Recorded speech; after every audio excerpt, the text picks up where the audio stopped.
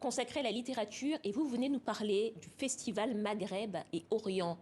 Livre que votre Institut de recherche et d'études Méditerranée Moyen-Orient organise. 130 auteurs invités, c'est à partir d'aujourd'hui jusqu'à dimanche. 130 auteurs à découvrir, table ronde, entretien individuel, séances de dédicaces, etc. C'est quoi le thème cette année ? Alors cette année, c'est comme tous les ans, il n'y a pas vraiment un thème, mais il y a l'idée de rassembler un certain nombre d'auteurs, d'autrices, aussi bien de littérature, mais également de bande dessinée, aussi de livres pour les jeunes, puisqu'il y a toute une série d'ateliers où des jeunes enfants vont pouvoir venir écouter des contes, vont pouvoir faire aussi un peu de calligraphie, puisque c'est le Maghreb Orient des livres, donc le Maghreb et le Moyen-Orient sont à l'honneur, avec un focus sur Beyrouth. On a plusieurs auteurs qui viennent du Liban et qui vont nous parler en particulier de la ville de Beyrouth, ville meurtrie, comme vous le savez, il y a un peu plus d'un an avec cette explosion qui a ravagé une partie de la ville. Et donc, c'est l'occasion finalement de rencontrer tout un tas d'auteurs qui viennent du Maghreb et du Machrek, donc du Moyen-Orient, pour découvrir cette littérature, avec l'idée de faire découvrir cette littérature qui l'est de plus en plus, mais c'est vrai qu'il faut traduire beaucoup et tous les auteurs de la région ne le sont pas. Et il va y avoir, par exemple, un focus sur une autrice qui vient d'Irak, d'autres qui viennent donc du Liban, mais aussi un auteur qui vient du Soudan. Donc, il y a une variété, et sans parler de tous les auteurs du Maghreb, qui sont parfois un peu plus connus que ceux du Moyen-Orient. Alors, la Tunisie est un des pays invités cette année, il me semble. J'ai peut-être envie de vous poser une question sur la Tunisie, sur ce qu'elle apporte aujourd'hui, ce que la littérature tunisienne apporte aujourd'hui à la littérature africaine et moyenne-orientale et du Maghreb. C'est une littérature qui est très riche, avec des auteurs qui sont, dont beaucoup à une époque écrivaient en français, conséquence de la période coloniale ou mandataire du protectorat, français, du protectorat.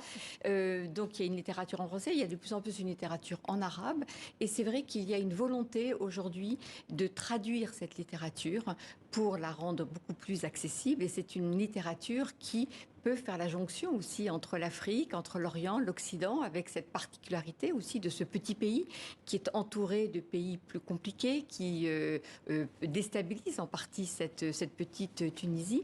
Et donc, il y a aussi un focus cette année qui est vraiment porté sur la question de la traduction.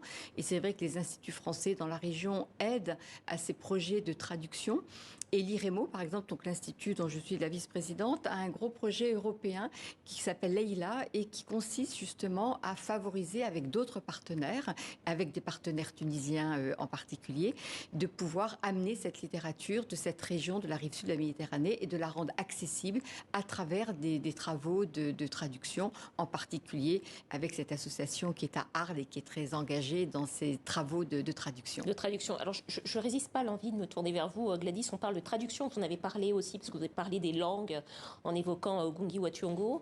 Est-ce que c'est quelque chose qui résonne aussi dans votre connaissance de la littérature et des littératures subsahariennes en particulier? Alors oui, et c'est vrai que c'est un enjeu. Moi, j'ai par exemple Yamen Manaï, qui est un écrivain tunisien que j'aime beaucoup, qui est publié chez l'ISAD et qui écrit en français, me disait sa tristesse dernièrement de ne pas être traduit en arabe. Donc voilà, c'est un problème qui va dans les deux sens. Et puis on m'a signalé aussi une bande dessinée qui s'appelle Une révolte tunisienne, dont les auteurs, je crois, sont aussi au Maghreb Orient des livres. Ça, c'est votre coup de cœur. Ouais, c'est mon coup de cœur. Ouais, alors c'est de Seif Eddine Nachi et Emen Barekt.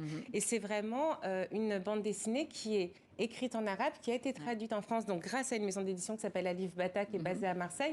Et on voit cette volonté de faire découvrir, c'est assez rare, il me semble, ce secteur de la BD tunisienne arabophone. Et ça nous parle d'une période qui est assez méconnue, ça s'appelle la révolte du pain, en fait. C'était en 1983, quand, suite à une hausse brutale du prix des céréales, tout le pays va aller dans la rue et en fait, il va y avoir une radio pirate qui va donner de fausses informations et qui va permettre d'aider les rebelles. Et donc, ça raconte cette histoire. Et c'est vrai que la bande dessinée est de plus en plus à l'honneur. Et là, cette année, dans ces littératures, nous souhaitons vraiment, effectivement, mettre à l'honneur cette bande dessinée arabophone, et qui est très peu connue et qui commence à faire sa place, à avoir sa place ici. Et c'est très important. Et ce sera donc au Festival Maghreb et Orient des livres. À l'Hôtel de Ville, à l'Hôtel de Ville à Paris. Et c'est jusqu'à dimanche. Merci à vous, Agnès Levallois. Merci à vous, Gladys Mariva. Et c'est la